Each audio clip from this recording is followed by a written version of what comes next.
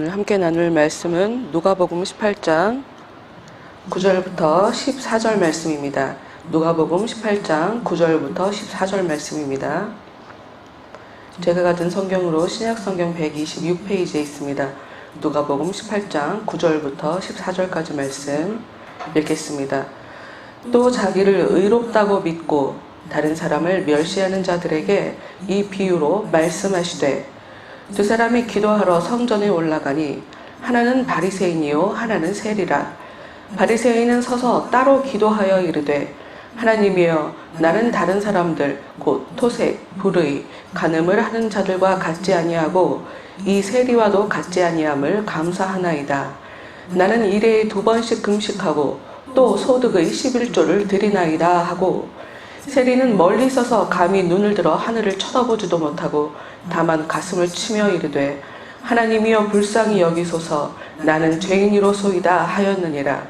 내가 너희에게 이르노니 이에 저 바리새인이 아니고 이 사람이 의롭다 하심을 받고 그의 집으로 내려갔느니라. 무릇 자기를 높이는 자는 낮아지고 자기를 낮추는 자는 높아지리라 하시니라. 아멘. 비가 되게 많이 와요. 제 인생에 이렇게 비가 많이 온 건 처음 보는 것 같아요. 제가 뉴스에서 어떤 분이 인터뷰 하시는데 58년 만에 이런 게 처음이에요 라고 하시는 그런 걸 봤거든요. 근데 어르신이 58년 만에 라고 하고 생각을 해보니 제 나이도 만만치 않은 거예요. 제 나이도 만만치 않은데 와 진짜 내 인생에 이렇게 비가 많이 오는 건 처음이네. 개인적으로 저는 비를 참 좋아해요. 너무 좋아해서 비 오는 소리를 들으면 자다가도 벌떡 일어나고 어머 비가 오네 이러고 굉장히 좋아하는 편이에요. 그런데 이제 그동안은 비 온다는 것을 적극적으로 좋아하지 못했어요. 왜냐하면 이제 남편이 계속 쌀을 배달을 하고 직원들이 비가 오면 얼마나 힘들 거를 알기 때문에 내가 아무리 비 오는 걸 좋아해도 좋아하면 안 될 것 같아. 그러면 안 되는 거지. 그것 때문에 힘든 사람들이 있으니까 그걸로 먹고 사니까요 우리가. 그런데 제 마음이 비를 좋아하는 건 어떻게 할 수가 없잖아요. 그런데 이제 비가 이렇게 많이 오는데 괜히 제 마음속에 이래도 비가 좋아? 하는 그런 느낌인 거예요. 그래서 뭘 느끼냐면 여러분 인생을 살아가는 데 있어서 자주 느껴요. 어쩌면 앞으로 더 이게 중요하겠구나 라고 생각하는 건데 중용이에요. 중용. 그러니까 쉽게 말하면 모자라지도 않고 넘치지도 않는 것, 적당한 것. 이게 정말 중요하구나. 이렇게 너무 비가 많이 오면 안 좋은 거야. 위험한 거야. 이게 왜 중요하냐면 사람이 살다 보면 웃을 때도 있고 울을 때도 있고 때론 화를 내야 될 때도 있어요. 근데 화내는 게 참 나쁜데 어쩔 수 없이 화를 내야 할 때도 있어요. 그리고 웃어야 되는 게 맞지만 웃으면 안 될 때가 있어요. 항상 웃으면 살 수는 없어요. 그리고 이제 습관적으로 화내시는 분들이 있는데 그렇게 화만 내갖고는 절대로 인생 행복하게 살 수 없어요. 남도 힘들게 만들고요. 그래서 이 중용이라는 것이 넘치지도 않고 모자라지도 않고 이 적당한 거 이게 참 어려운데 인생이라는 것이 그걸 배워가는 것이다 하는 생각이 드는 거예요. 한 주간도 여러 가지 생각을 하면서 나도 지금 인생을 계속 배워가고 있는 거다라는 생각을 하면서 여러분 우리가 무엇을 알든 그리고 우리가 무엇을 모르든 그냥 우리가 기억해야 될 게 있어요. 우리는 그냥 배워가는 거예요. 어리니까 모르는 것 투성이다 라고 봐도 안 될 것 같고요. 나이가 많다고 해서 많이 아는 건 아니에요. 그런데 평균적으로 나이가 많으신 분들이 많이 아는 건 사실이에요. 어찌됐건 정확하게 답은 없어요. 그냥 우리는 전부 다 그냥 확률에 대해서 얘기하는 거예요. 가능성 높은 것에 대해서 얘기하는 거고 성경도 마찬가지예요. 성경도 굉장히 한 말씀을 가지고 다양하게 해석을 해요. 뭐가 더 옳다고 말하기는 되게 어려운 것 같아요. 때로는 이런 해석이 더 맞는 것 같고, 때로는 좀 다른 해석이 맞는 것 같고. 근데 각자 그것은 여러분들이 좀 선택하시는 거예요. 여러분은 알지도 못하게 누군가의 해석을 선택하시며 내가 성경을 알고 있다? 이러고 여태까지 사셨을 거예요. 앞으로도 그러실 거예요. 근데 여러분이 기억해야 하실 것은 이 해석이라는 것은 그때그때 변할 수 있어요. 성경은 정답을 얘기해 주지만 그럼에도 불구하고 어떻게 하면 여러분이 하나님께서 주신다고 하는 그 생명으로 나아갈 수 있는 길을 알려줄 수 있는지 그 높은 확률을 그냥 가르쳐 주는 것 뿐이지 뭐가 정답이다 말하기 되게 어려워요. 이 말조차도 되게 어려운 말일 수 있는데 하여튼 오늘 말씀을 보면서 각자 여러분이 이게 옳구나, 내가 이렇게 살아야 되겠구나 하는 그 답을 오늘 말씀을 보면서 반드시 얻고 돌아가시는 그런 시간이 되시기를 바라요. 누가복음 18장 9절 말씀을 함께 보도록 합시다.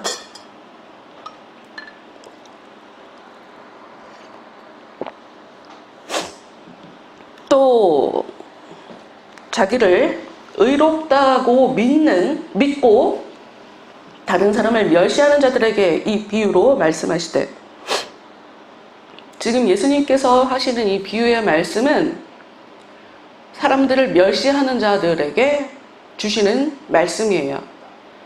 사람들을 멸시하며 사는 자들에게 예수님이 교훈으로 주시는 말씀이에요. 근데 참 재밌어요. 기본적으로 사람을 멸시하는 사람은 남의 얘기를 듣고 쉽게 생각이 바뀌지 않습니다. 그러니 어찌 보면 오늘 말씀을 읽으신 분은 알겠지만 바리새인들을 향해서 주시는 이 말씀이 정작 바리새인들은 듣지 않아요. 다만 바리새인만 아니라 우린 대부분 이렇게 나쁜 사람이 아니어도 그런 사람들과 같은 그런 습성을 우리가 갖고 있어요. 그러니까 우리 삶에 적용하면 돼요. 바리새인이 이랬대라고 생각하는 것이 아니라, 여러분, 한 사람한테만 잘못하면 나쁜 사람인가요? 굉장히 많은 사람들한테 좋은 사람이고, 한 사람한테만 잘못하면 좋은 사람일까요? 나쁜 사람일까요? 이런 거 고민해 보셨어요? 한 사람, 단 한 사람, 너무나 많은 사람한테 잘해요. 근데 단 한 사람한테만 잘못해요. 그걸 좋은 사람이라고 얘기할 수 있을까요? 나쁜 사람이라고 얘기할 수 있을까요? 다수의 사람이 전부 다 좋은 사람이라고 하겠죠. 근데 잘 생각해 봅시다. 한 사람을 살인해도 그 사람은 살인자예요. 바깥에서 굉장히 좋은 엄마인 척 맘카페에서 열심히 활동하던 엄마가 자기 아이한테 말도 안 되게 학대를 했어요. 잡혀가는 거예요. 나쁜 엄마인 거예요. 한 사람한테만 잘못해도 100번 잘해도 한 번 실수하면 그 실수로 인해서 그 사람이 나쁘구나 하고 우리가 얘기하거든요. 그러니까 그런 차원을 얘기하는 거예요. 지금 바리새인을 얘기하고 있지만 우리도 모르게 바리새인처럼 살 때가 있어요. 그러니 이게 내 얘기가 아니다 라고 생각하시면 안 돼요. 언제든 내 얘기가 될 수 있어요. 언제든 나도 나쁜 사람이 될 수 있어요. 요즘 영화가 그래요. 예전에는 악한 캐릭터, 선한 캐릭터가 딱 나눠져 있는 상태에서 출발을 했단 말이에요. 드라마 끝까지, 영화 끝까지. 근데 요즘 영화들이 특성이 좋은 사람과 나쁜 사람이 구별하기가 어려워요. 좋은 사람이 나쁜 사람이 되고 나쁜 사람이 좋은 사람이 되고. 그게 무슨 얘기냐? 사람은 언제든 상황에 따라 좋은 사람인데 나쁜 사람이 될 수도 있어요. 나쁜 사람도 무슨 일인지 모르게 변해서 좋은 사람이 될 수가 있어요. 그 얘기는 무슨 얘기냐? 내가 이제까지 선하게 잘 살아왔다 할지라도 한순간에 정신이, 내가 내 마음을 컨트롤하지 못할 때, 내가 내 생각을 자제하지 못할 때 나도 한순간에 나쁜 사람이 될 수 있다는 거예요. 여러분, 우리 어릴 때는 흥부와 놀부전 볼 때 놀부가 좋다는 건 생각지도 못했어요. 정말. 그렇지 않습니까? 김희숙 선생님 그렇죠? 우리 사람에서 어떻게 놀부가 좋은 사람이에요. 그런데 아이들을 키우면서 저희 아이들 또래 그때부터 사람들이 놀부에 대해서 긍정적인 해석들을 내놓는 거예요. 웬일이야 웬일이야. 흥부가 전혀 생각 안 하고 무책임하게 아이만 많이 낳았다. 맞네 나쁜 사람이네. 무능력하게 아무것도 돈을 벌어줘 않는다. 나쁜 사람이 맞네.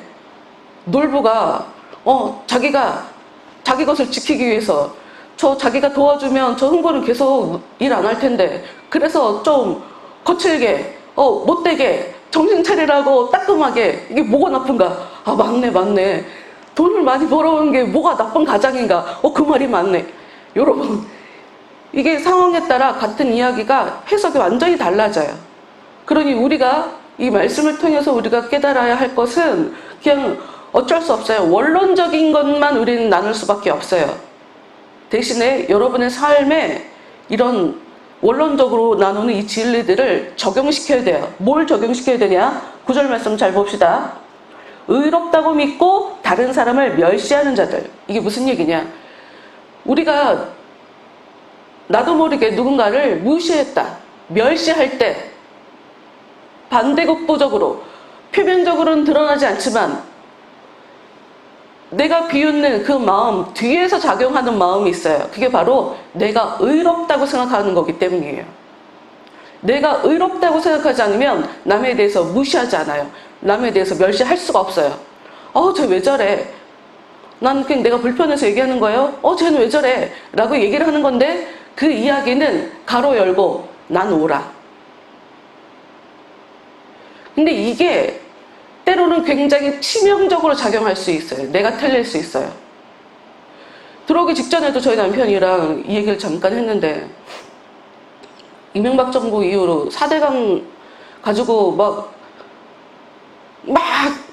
정말 그 어린 그 아이들한테 쌍욕을 듣고 지금도 욕을 많이 먹고 있어요. 그 이명박 대통령이.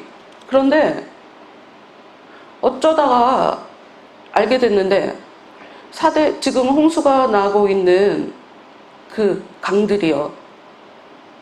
4대강에서는 그런 일이 벌어지지 않고 있다는 거예요. 실제로 어떤 유튜버가 촬영한 영상이 있었어요. 다 홍수로 범람한다, 강이 범람한다 하고 있는 그런 상황에 보라고. 강 범람하지 않는다고. 워낙 4대강 사업을 하면서 깊게 팠단 말이에요. 그래서 4대강 그 주위는 그 사업한 이후로 가뭄도 없고 홍수도 없다는 거예요. 뭐지 이거? 그럼 이게 지금 좋은 건가? 자연을 다 망치고 있다고. 너무 인공적으로 만들었기 때문에 4대강 사업을 하면서. 그래서 이게 환경에 정말 나쁘다고. 그리고 우리가 뭐 아시는 분들은 알겠지만 녹조 라떼 막 이러면서 막 물이 초록색으로 변했다고. 그래서 그거에 대해서 굉장히 부정적으로 얘기하는 사람들. 당장 물이 흐르게 만들어야 된다. 그래서 생태계가 복원이 돼야 된다라고 얘기하는 사람들이 있어요. 정말 독설을 하면서 잘못했다고 얘기를 하면서 자연 상태로 돌려놔야 된다고 얘기하는 사람들이 있어요. 근데 대체 이게 뭐지? 뭐가 좋은 거지? 판단이 안 서더라고요. 그리고 뉴스가 어디서 어디까지 진실을 얘기하는지도 살수록 더 모르겠더라고요. 여러분, 우리가 다른 사람에 대해서 무시하는 그 상황에 굉장히 여러 가지 변수가 작용한다는 거예요. 문제처럼 보이는 그 모습이 사실은 그 상대방에게는 굉장히 최선을 다하는 모습일 수 있어요. 최선을 다하고 있는 사람한테 우리가 멸시할 수 없어요. 무시할 수 없어요. 넌 왜 이렇게 자신감이 없어? 저야말로 제 스스로 자신감이 참 없는 사람이다라고 여태까지 평생을 살아왔기 때문에 자신감 있게 이렇게 산다는 게 정말 쉽지 않은 것 같아요. 근데 자신감, 당당하게 자기 인생을 살아가는 사람들이 볼 때는 너 왜 이렇게 찌그러져 있어? 너 왜 이렇게 용기가 없어? 가슴을 펴고 목소리 당당하게. 아니, 해본 사람들은 그게 쉽겠지. 저는 어려워요. 그런 거 해본 적이 없단 말이야. 다른 사람들 앞에 나는 이런 생각을 해요. 나는 이게 옳다고 생각해요. 나는 말하는 것보다 그냥 행동을 옳게 하는 게 중요한 사람이지, 내가 다른 사람한테 말을 하고 이게 옳다고 주장을 하면서 이걸 가르치고 이거는 저한테 중요하지 않아요. 대부분 말 앞서는 사람들 보면 그렇게 안 살던데, 나는 그렇게 사느니 그냥 말을 안 하고 그냥 내 행동을, 삶을 그렇게 사는 게 나한테 중요하단 말이에요. 그러니 말하는 게 그닥 중요하다고 생각하지 않고, 말한다고 뭐 사람들이 내 얘기를 들어주나? 그리고 내 얘기 안 받아들이면 내 말하는 내 입만 피곤한데 내가 더 바보같이 느껴지는데 뭐 등등, 그닥 내 의견은 이렇습니다 하고 말해본 적이 없기 때문에 말하는 것 자체가 쉽지 않아요.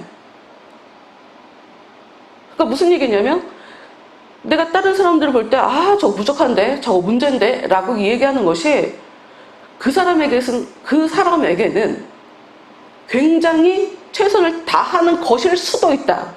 아닐 수도 있지만 그럴 수도 있다는 거예요. 쉽게 말하면 안 된다. 남의 인생에 대해서 쉽게 말하면 안 된다. 어느 날 깨달았어요. 어느 날. 뭘 깨달았냐면, 제가 설교할 때 몇 번 얘기를 했었는데, 저 사람 답이 없는 것 같아. 저 사람 어떡하지? 저 사람 문제 많아. 라고 믿어 의심치 않았었는데 갑자기 하나님이 저한테 깨닫게 하시는 거예요. 내가 왜 그 사람에 대해서 쉽게 판단했지? 저 사람의 주인이 하나님인데 성경에 나와 있거든요. 성경에 나와 있어요.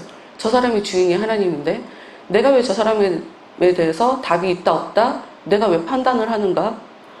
이게 굉장히 하나님 앞에 교만한 거였구나.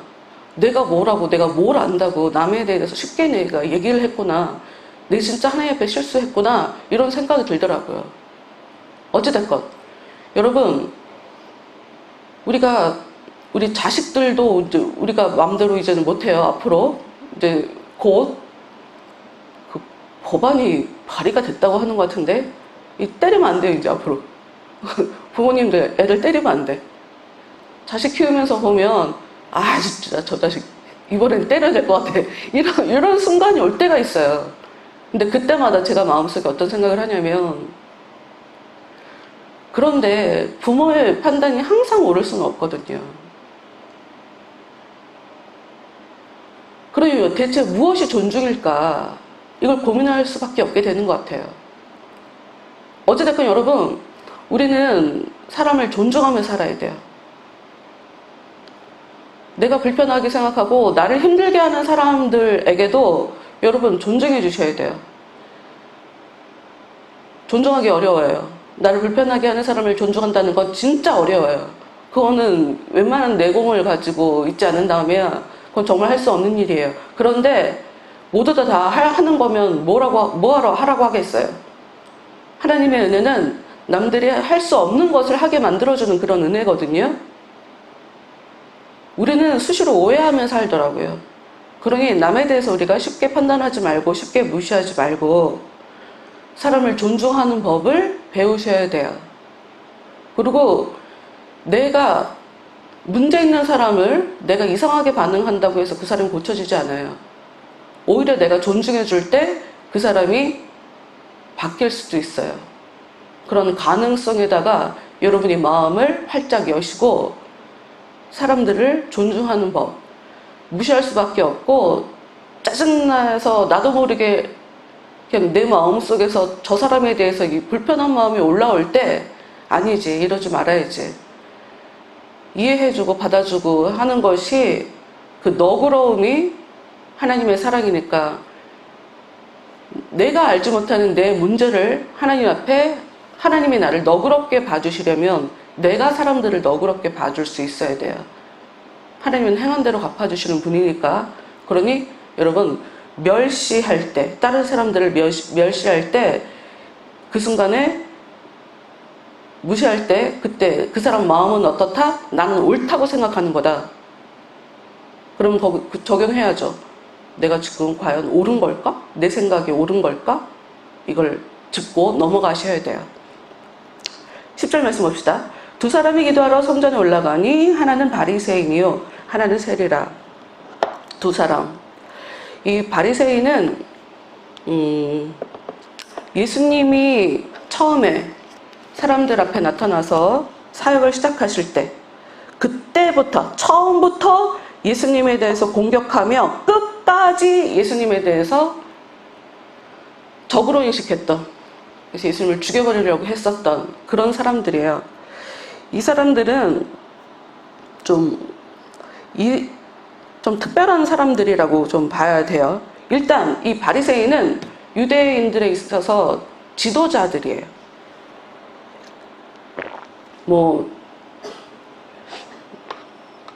그때 전체 인구가 얼마인지를 제가 잘 몰라갖고 제가 그걸 안 봤네.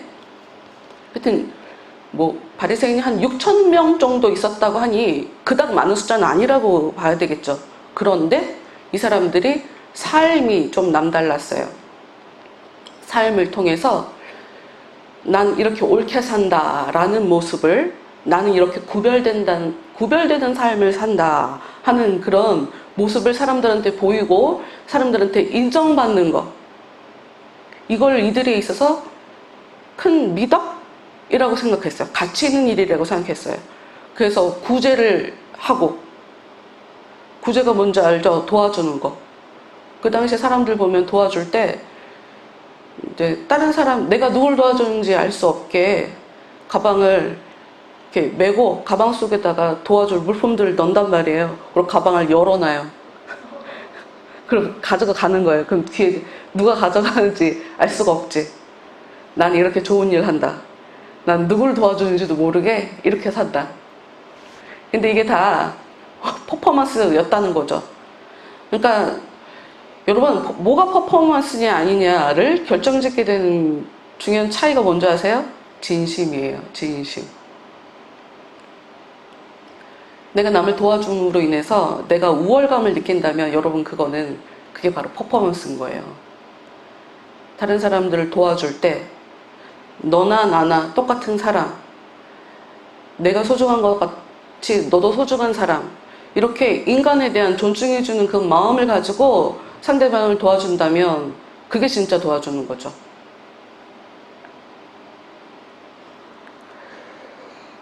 이 사람들, 이 바리새인들, 이 사람들은 굉장히 기도를 열심히 하는 사람이었어요. 수시로 기도하는 사람이었어요. 그러니까 이 사람들은 아침 9시, 오후 3시 이렇게 기도 시간을 딱 정해놓고 시간이 딱 되면 무조건 성전에 올라가요. 예전에 그 예루살렘에 이스라엘에 가본 적이 있어요. 근데 갑자기 막 사람들이 길거리에 뭐라고 해야 되나? 방석 같은 걸 까는 거예요. 카페트, 작은 카페트를. 뭐지? 이라고 했더니 사람들이 일제히 나오는 거예요. 집 바깥에서. 그래서 나와서 절을 하더라고요. 근데 이제 이 사람들은 유대인들이 아니에요. 이슬람인들. 알라를 향해서 그들도 이렇게 때를 딱 정해갖고 바깥에 나와서 알라를 향해서 이렇게 기도를 하거든요. 근데 이제 이 바리새인들은 자리에서가 아니라 성전으로 가서 기도를 했어요. 이 사람들은 때를 따라 시간이 되면 무조건 기도를 하러 올라갔죠. 근데 오늘 말씀을 보면 바리새인과 세리, 이 두 부류를 얘기하고 있어요. 근데 바리새인의 기도하는 모습과 세리의 기도하는 모습이 다르죠. 일단 사회적으로 볼 때 바리새인은 인정받는 사람이에요. 존중받는 사람이에요. 선생이라고, 우리 민족의 선생이라고 사람들에게 존경을 받는 사람이에요. 세리는 민족의 피를 빨아먹는 앞잡이라고 욕을 먹는 사람들이에요. 자주 말씀드리지만 일제시대 때 우리나라 사람들의 필요한 것들을 이렇게 착취를 해갖고 일본에다가 갖다 주는 이런 앞잡이들이 있었을 거 아니에요. 이 세리가 딱 그런 사람이거든요. 근데 바리새인과 세리가 기도를 하러 올라왔대요. 11절 말씀 봅시다. 바리새인은 서서 따로 기도하여 이르되. 여기 서서 기도했어요. 세리도 서서 기도했어요. 이들은 서서 기도해요. 서서 기도하더라고요. 벽을 붙잡고 이렇게 계속 기도를 하는데, 여기 11절에 바리새인이 서서 따로 기도하여 라고 써있죠. 따로 기도하여. 이게 이 사람이 어떤 사람인지를 좀 보여줄 수 있는 그런 말이에요. 여기 보면 따로 기도한다 라는 이야기가 우리가 볼 때는 그냥 자기 혼자 기도한다 하는 것처럼 보이지만, 사실 이 원문의 진짜 뜻은 자신에 대해서 기도한다 라는 뜻이에요. 자신에 관해서 기도한다. 무슨 말이냐? 바리새인의 기도와 세리의 기도에 둘 다 서서 기도를 해요. 하나님 옆에. 자세도 다르지만, 보이는 자세도 다르지만 그 기도의 내용이 다르더라. 주제가 다르더라는 거예요. 바리새인의 기도의 주제는 나 자신이에요. 근데 여러분, 기도의 진짜 의미는 뭐냐면 하늘의 뜻이 이 땅 가운데 이루어지게 하는 게 기도의 진정한 의미예요. 그럼 내가 갖고 싶은 거는, 내가 필요한 거는 구하지 말라는 얘기인가? 그런 얘기가 아니에요. 그런 얘기가 아니에요. 여러분, 하나님의 뜻이 이 땅 가운데 실현되게 하는 게 기도다라는 것에 가장 쉬운 예가 이걸 거예요. 제가 사람을 존중해야 된다고 그랬어요. 사람을 무시하면 안 된다고 했어요. 그때 하나님의 뜻은 무엇이냐? 무시하지 마. 이해해 줘봐. 이게 하나님의 뜻이에요. 근데 난 그게 어렵단 말이죠. 기도해야 되는 거죠. 하나님, 저 사람을 보면서 제가 자꾸 판단이 돼요. 하나님, 저 사람 때문에 제가 너무 스트레스 받아요. 하나님, 무시하면 안 된다는 거 아는데 저도 모르게 제 마음이 이상하게 나쁘게 그렇게 움직여요. 하나님, 제 마음을 제발 도와주세요. 제 마음을 붙잡아 주세요. 하나님, 죄짓지 않게 해주세요. 하나님, 제가 입으로 실수하지 않게 제 입을 좀 막아주세요. 여러분, 이게 바로 하나님, 하늘의 뜻이 이 땅 가운데 성취되게 하는 그 은혜를 구하는 기도인 거예요. 근데 보통은 우리가 필요한 걸 하나님께 구하는 기도를 하죠. 이거는 저질의 기도예요. 저질의 기도. 안 들어주시진 않아요. 근데 하나님이 정말 기뻐하시는 것은 하나님이 원하는 그 삶을 사는데, 인간은 그렇게 살기 어렵거든요. 기본적으로 인간은 죄인이고, 기본적으로 인간은 자기중심적으로 살게 돼 있어요. 남을 위해서 어떻게 희생하며 살아요? 그건 불가능하죠. 그러니 하늘의 은혜를 힘입어서 좀 희생하며 살아봐. 그게 너한테 진짜 크게 이롭게 될 거야. 그 누구보다도 너를 빛나게 할 거야. 정말 너를 가치 있게 할 거야 하는 그 하나님의 뜻에 따라, 하나님, 제가 희생을 할 수 없는데요, 제가 희생을 하는 게 맞으니까 저 희생할 수 있게 도와주세요. 이렇게 그 은혜를 구해라. 이런 게 진짜 하나님께서 기뻐하시는 기도라는 거예요. 기도의 내용을 봅시다. 바리새인의 기도. 하나님이여, 나는 다른 사람들, 곧 토세, 불의, 간음을 하는 자들과 같지 아니하고 이 세리와도 같지 아니함을 감사하나이다. 지금 바리새인이 기도의 내용을 보면 감사하고 있어요. 좋은 거잖아요. 여러분, 감사합니다 라고 하는 것이 좋은 거죠. 근데 좋은 거라고 그러면 제가 왜 얘기하겠어요? 아니죠. 명목상으로는 겉으로 드러나는 것은 감사예요. 여러분이 이런 걸 보면서 여러분의 마음을 좀 들여다 보셔야 돼요. 여러분, 우리가 좋아할 때요, 생각보다 순수하지 않게 이 못된 그 마음을 가지고 좋아할 때가 있어요. 아주 쉬운 예로, 우리는 뭐 거기까지 가진 않지만, 도둑이 자기가 좋아하는 대로 물건 훔쳤어. 도둑질을 성공했어. 그때 얼마나 좋아하겠어요. 그걸 좋아하는 거 가치 있는 웃음이라고, 다른 사람들도 다 존중해 줄 수 있는 좋은 거라고 우리가 박수 쳐줄 수 없거든요. 분명히 이 상황에, 저 인간이란 나랑 대치하는 이 상황에 내 마음으로는 내가 너그럽게 이해해주고 받아주고 이래야 된다는 걸 알아. 근데 내가 마음이 전혀 난 이해해주고 싶지 않거든요. 그러나 표면적으로는 이해해주는 것이 좋다는 걸 아니까 마음은 아주 아주 속이 막 이렇게 비틀리는데도 불구하고 겉으로만 웃으면서 괜찮다고, 하나도 안 괜찮으면서. 여러분, 이거 나쁜 거잖아요. 이거 기만하는 거잖아요.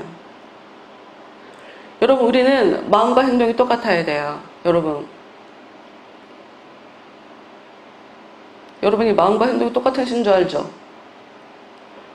특히나 사회생활 하시는 분들, 마음과 행동이 똑같기가 어렵습니다. 왜냐? 사회생활을 어떻게 마음을 다 그대로 보여요? 그거 어려워요. 그래서 뭐라도 하나 더 상대방에게 갖고 있는 그것을 가져와야 되니까, 뭐 영업을 한다던가 이렇게 인간관계를 잘 해야 나한테 유익하니 마음을 바꾸지 않고 표면적으로만 겉으로 잘 지내시는 분들이 있어요. 여러분, 안 돼요. 그러시면 안 돼요. 그거는 사람을 기만하는 행동이에요. 사람을 존중하셔야 돼요. 마음을 주세요. 마음으로 존중하는 걸 배우셔야 돼요. 이 바리새인이 다른 사람들과 자기를 비교하면서 지금 하나님께 감사를 하고 있어요. 이걸 어떻게 감사라고 얘기할 수 있겠냐고요. 특히나 네 종류의 사람, 토색, 남의 것을 뺏는 사람을 얘기해요. 강도, 억지로 이렇게 막 찢는 것, 뭐 이렇게 얘기하는데, 하여튼 남의 것을 억지로 뺏는 사람들 얘기하는 거고요. 불의, 규칙대로 살지 않고 자기가 법인 사람들이 있어요. 사회적으로, 관습적으로 합의하에 우리 이렇게 살아야 돼, 이게 옳은 거야, 이게 정의야 하고 얘기해도 정의가 어딨어, 내가 정의야, 내 생각이 정의야, 내 판단이 정의야, 이러면서 자기만 옳다고 살아가는 사람들이 있어요. 불의한 사람이죠. 그 사람들과 자기가 다른 것에 감사하고 있어요. 왜냐? 바리새인들은 규칙을 잘 지키는 사람이에요. 규칙대로, 아주 법칙을 잘 지키는 사람이에요. 그러니 이 사람들에게 있어서 규칙을 안 지킨다, 문제가 많다, 쉽게 무시할 수 있죠. 간음, 불법적인 부적절한 관계, 뭐 다 알겠고, 특히나 여기 보면 이세리라고 얘기하고 있어요. 이세리, 여러분 이거 굉장히 무시하는 말이에요. 지금 바리새인이 하나님에 대해서 안다면 이런 식으로 기도를 할 수가 없어요. 근데 사람들이 이런 식으로 삽니다. 나도 죄인인데 죄 짓는 사람을 보면서 쯔쯔, 나만 그런가? 남에 대해서 쉽게 판단하죠. 하나님 무서우면 그렇게 할 수가 없어요. 보세요. 바리새인이 12절에 나는 일회에 2번씩, 일주일에 2번이나 금식을 한대요. 이 바리새인들이 금식을 한 거 보면 월요일, 목요일 날 금식을 했거든요. 근데 여러분, 성경 어디에도 금식 그렇게 하라고 써 있지 않아요. 이거는 성경과 전혀 상관없이 자기들이 오버해서 지금 뭔가 하고 있어요. 근데 그렇게 하고 있는 것에 대해서 아주 뿌듯한 거야. 또 소득의 11조를 드리나이다. 성경 잘 보면요, 여러분, 소득이 우리는 한 달에 한 번씩 소득이 있으니까 한 달에 한 번씩 내잖아요. 네, 마태복음에도 나와 있는데 이런 구절이 있어요. 예수님이 바리새인들에게 화 있을진저 외식하는 서기관과 바리새인들이여 라고, 너희가 박하와 회향과 근체의 11조는 드리되 율법에 더 충한 바 정의와 긍휼과 믿음은 버렸도다 라는 이런 말씀이 써 있어요. 뭐냐면 얘들이 11조를 드리는 것 자체가 문제가 아니에요. 그런데 굉장히 디테일하게 요것도 11조, 저것도 11조 이렇게 법칙대로는 아주 잘 살고 있는데 정말 중요한 하나님의 마음에 대해서 이들은 모르는 사람들이라는 거예요. 예수님이 얘기하기를 더 중요한데 너희들이 규칙은 잘 지켜, 율법은 잘 지켜, 율법대로 산다고 해. 그런데 더 중요한 정의가 없어 너희 삶에. 그리고 다른 사람들을 향해서 불쌍히 여기는 마음이 없어. 그리고 하나님을 믿는 믿음이 없어 라고 얘기하는 예수님의 그 비난이 있어요. 아, 여기 써 있구나. 율법적으로 보면 1년에 금식 한 번이에요. 근데 이 사람들은 일주일에 2번 금식을 하며 그게 너무 뿌듯한 거야. 하나님 앞에. 이렇게 저는 이렇게 경건한 삶을 살아요. 이게 너무 감사해요. 쟤네들은 경건하게 안 살고 막 살고 있잖아요. 이게 너무 감사한 거죠. 13절 반면 세리는 멀리 서서 감히 눈을 들어 하늘을 쳐다보지도 못하고 다만 가슴을 치며 이르되 하나님의 불쌍히 여기소서 나는 죄인이로소이다. 여러분, 세리는 누가 봐도 죄인이에요. 자기도 알아요.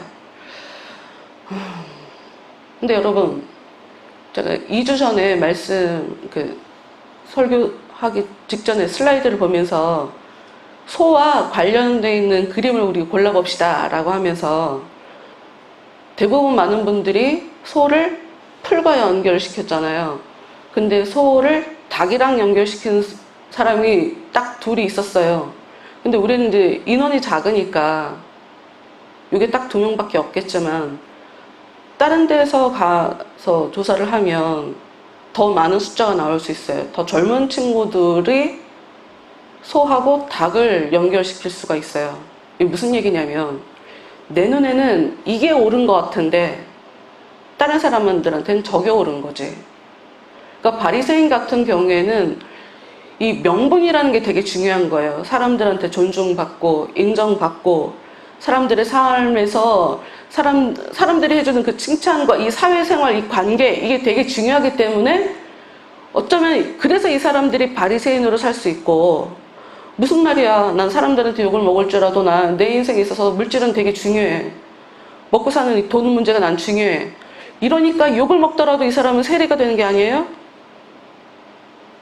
개처럼 벌어서 정성같이 쓰라, 이걸 이상하게 적용해갖고 믿는 분들도 이게 참 불법적인 방법으로 부를 축적하는 그런 경우가 되게 많은데, 누가 봐도 죄인인 그 세리가 알아. 사람들이 다 나 욕하는 거 알아. 내가 봐도 나 나쁜 놈인 줄 알아. 그런데도 불구하고 그 세리를 그만두지 못하는 이유가 뭐겠어요? 돈에 대해서 가치를 두고 있으니까. 물질이라는 것이 자신의 인생을 살아가는 데 있어서 중요하다고 생각하니까. 근데 이 사람이 하나님 앞에 기도할 때 감히 눈을 들어 하늘을 쳐다보지도 못하고 가슴을 치며 하나님의 불쌍히 여기소서 나는 죄인으로서이다. 누가 봐도 바리새인이 옳아요. 누가 봐도. 유대인 이스라엘 사람들은 전부 다 바리새인들을 존중해줘요. 그 사회에서 세리는 인간이 아니에요. 그런데 예수님의 이야기는 14절 내가 너희에게 이르노니 이에 저 바리새인이 아니고 이 사람, 바리새인이 무시했던 이 세리, 쟤하고 달라서 너무 감사해요 라고 얘기했던 세리가 의롭다 하심을 받고 집으로 내려갔다는 거예요. 여러분, 우리가 기도를 왜 해요? 하나님 앞에 왜 나와요? 은혜를 받으려고. 은혜를 받아야 우리 존재가 아름다워지니까, 우리 존재가 깨끗해지니까, 우리 존재가 의로워지니까. 여러분, 우리 모두 다 죄인이에요. 그래서 죄인인 우리는 전부 다 이 죄의 문제를 벗어버리려고 하나님께 나오는 거예요. 기도 그래서 하는 거예요. 그런데 그 목적에 부합하게 기도하러 하나님 앞에 자랑하려고 나온 거 아니잖아요. 하나님 도와주세요 하고 나온 거란 말이죠. 너희들이 다 칭찬하고 심지어 자기의로 충만한 바리새인이 아니라 하나님 저는 죄인이에요, 하나님 저를 불쌍히 여겨주세요 라고 얘기하는 이 세리가 하나님 앞에 의롭다 하심을 얻고 집으로 돌아갔다는 거예요. 여러분, 제일 처음에 말씀드렸지만 다른 사람을 누군가 판단하고 우리가 무시할 때 그 순간에 우리도 모르게 내 판단이 옳다고 생각하기 때문에 무시하고 판단하고 쉽게 정죄하는 거예요. 근데 내가 틀릴 수가 있어요. 이렇게. 내가 옳고 그르고 내가 잘했고 잘못했고는 내가 결정하는 게 아니에요. 하나님이 결정해요. 여러분 그런 선택 하시지 않나요? 옛날에는 이게 잘하는 건 줄 알았어. 근데 시간이 갈수록 그때 내가 잘못한 거였네. 시간이 지나갈수록 더 느껴요. 그런 게 진짜 많더라고요. 옛날엔 틀렸고 그때는 틀렸고 지금은 맞는. 그 옛날엔 맞는 것 같았는데 지금은 틀린. 이 살다 보면 이런 일이 정말 비일비재하기 때문에 우리가 다른 사람들에 대해서 쉽게 얘기할 수 없다. 여러분 세리가 갖고 있는 그 돈으로 바리새인이 정말 힘들 때 그 사람을 도와줄 수도 있게 되는 거예요. 이서구와 있잖아요. 사자하고 생지. 생지에 대해서 비웃은 사자가 포수의 그 그물에 잡혔을 때 생지가 그물을 갉아서 사자가 탈출할 수 있게 도와준 그 이야기. 우리는 어느 누구도 무시하면 안 돼요. 무시하지 마세요. 여러분 무시당해요. 하나님이 행한 대로 갚아주시는 거예요. 무시하지 마시고 이해하려고 노력하세요. 근데 무조건 받아주라는 건 아니에요. 거기에도 분별이라는 게 필요해요. 특히나 여러분 시간이 너무 특히나 여러분 우리가 일상생활을 살아가실 때 일 중심적으로 사시는 분들이 있고 관계 중심적으로 사시는 분들이 있어요. 충돌이 일어납니다. 뭐냐면 나는 마음에 좀 상처를 받아도 돼. 중요하지 않아. 나는 나한테 주어진 이 업무를 잘 감당하는 거, 결과가 있는 거, 난 이게 중요해 라고 생각하시는 분들이 있거든요. 그런데 반면 결과가 뭐가 중요해? 과정도 중요해. 상처를 주면서 상처받으면서 나는 이런 거 싫어. 이렇게 살아가시는 분들이 있어요. 대부분 남자 여자분들이 그렇게 갈려요. 남자분들은 일 중심적이고 여자분들이 관계 중심적이거든요. 근데 이것도 딱 맞는 얘기는 아니에요. 간혹가다 이게 크로스되는 경우도 있는데 하여튼 특히나 관계 중심적으로 사시는 분들 나만 옳다고 생각하시면 안 돼요. 이분들이 세상을 바라볼 때 일 중심적으로 살아가시는 분들은 피도 눈물도 없는 나쁜 사람들로 보여요. 나를 아프게 하는 사람들로 보여요. 그래서 나는 상처받은 걸로 생각하고 저 사람들은 못된 사람으로 생각하게 돼요. 세리가 바리새인을 보면서 서운하다고 생각할 수 있단 말이에요. 지도자라고 하면서 나한테 다른 사람들은 그냥 돌 던질 수 있는데 지도자라고 하면서 나한테 어떻게 돌 던져? 이런 식으로 말이에요. 근데 여러분 착한 거 무조건 좋은 거 아니에요. 착한 거가 뭔지도 다시 생각하셔야 돼요. 제가 아까 흥분을 얘기했죠? 착한 게 뭔지를 다시 아셔야 돼요. 여기서 중요한 거. 그러니 이 말씀을 통해서 여러분과 얘기하고 싶은 거. 내가 정말 내 생각이 옳은지 그른지를 우리는 계속 생각하며 살아야 돼요. 그리고 겉으로 다른 사람에 대해서 우리가 쉽게 말하는지 아는지 내 생각을 자꾸 돌아보셔야 돼요.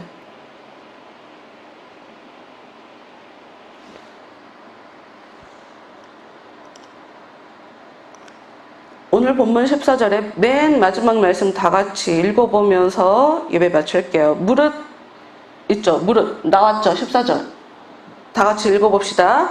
무릇 자기를 높이는 자는 낮아지고 자기를 낮추는 자는 높아지리라 하시니라.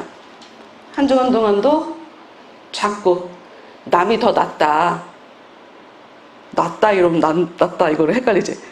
남이 더 낫다, 내가 좀 못하다, 나보다 저 사람이 더 오를 수 있어, 이렇게 자기를 자꾸 낮추시는 그런 한 주간의 삶을 사셔서 하나님께 사랑을 풍성하게 받으시는 그런 복된 삶이 되시기를 주님의 이름으로 축원합니다.